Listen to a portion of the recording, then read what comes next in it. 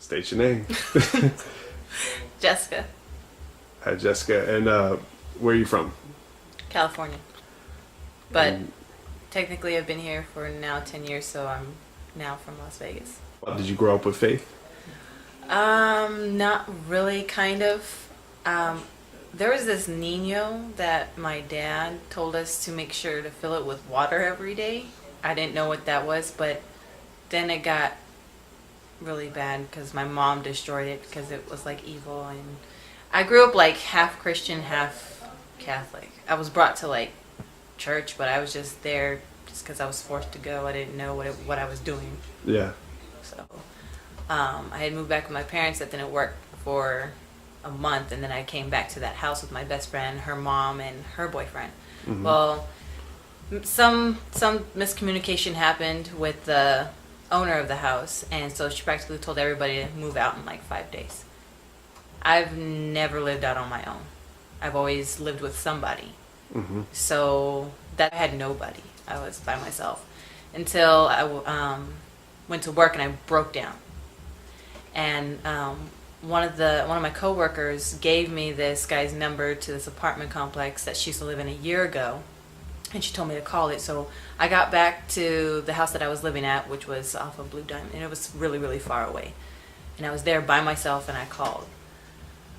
So he asked me if I can get him something on Wednesday just to hold the apartment. He'll see what he can do at first. Uh-huh. So then what happened, he just said, you know what, just get me the deposit whenever you can. I'll just tell this couple that I already showed the one bedroom I have left that it's already yours.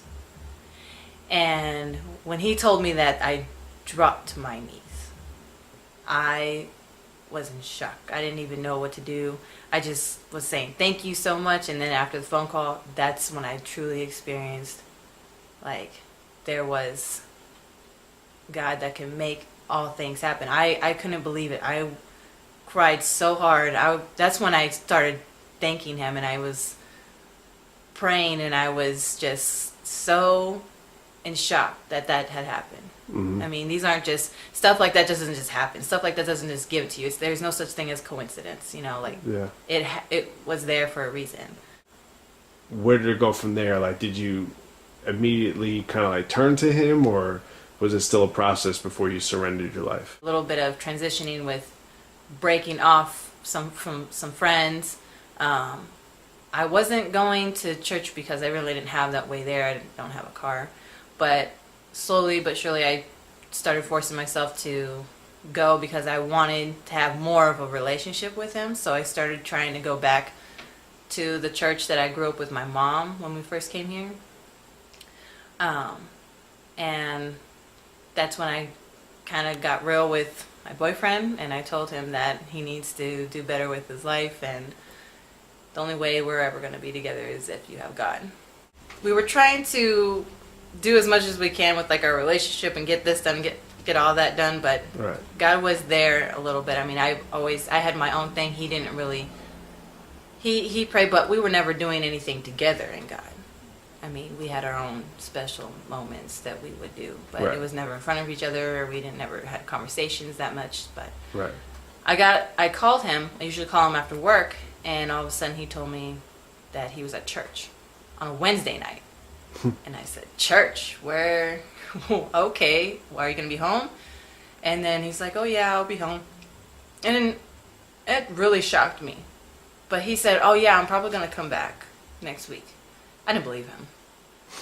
Because he always fought with me before he had gotten to know who God was, before he was in jail and stuff. He'd always fought with me.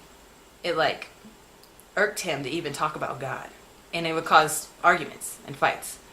And so when he said church, it like blew my mind. But then I was like, oh, maybe it's just a phase. You know, you're there with your friends, so I don't really see anything coming out of this.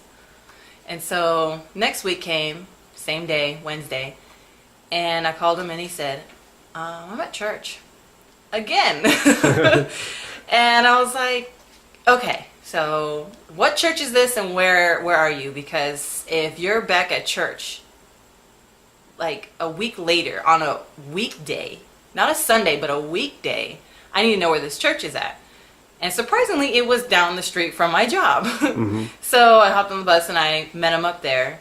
And I said, okay, so I'm going to check this service out. Now, he had this different look about him.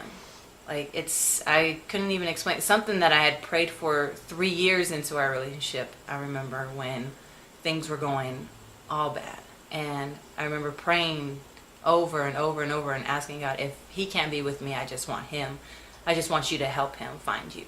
Because I know that with you, with God, he is going to be a better person. Seeing him changing his life Yeah. got me to want to do better in mine. Was that the biggest motivation for you as far as turning to God Yeah. was his witness to you? And Yes.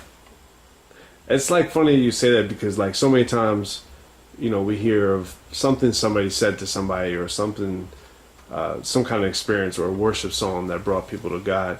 And really the most powerful witness is your life, and seeing the change and transformation in somebody. And that's cool. Yeah. No, I still can't believe it. I can, but just looking back on it, I appreciate it so much.